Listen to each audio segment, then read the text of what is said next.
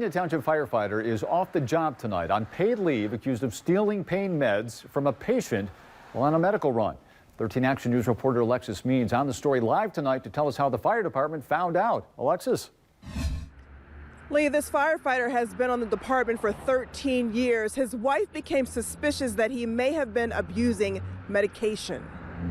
Prosecutors are reviewing the case of a Sylvania Township firefighter who's a lieutenant accused of stealing tramadol while on a medical run. It allegedly happened October 6th. According to this police report, the wife of the firefighter went to the fire station while her husband was working to search his truck to see if he was hiding medication. The report indicates she found a prescription bottle of tramadol, which didn't belong to him. The National Institutes of Health labeling tramadol a strong painkiller. The firefighter's wife took pictures of the bottle and left it where she found it. Then she sent the pictures to a firefighter who was working. He alerted administrators and sent them the pictures. An investigation revealed the owner of the prescription bottle was a patient who the firefighter had responded to that morning. Sylvania Township police were notified.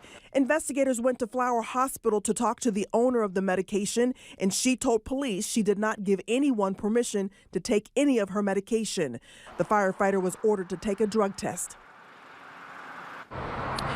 And he refused to take that drug test, as well as let investigators search his car. They did call a friend to the department to see if they could talk with him. He did convince him to take the drug test and let detectives search his car again.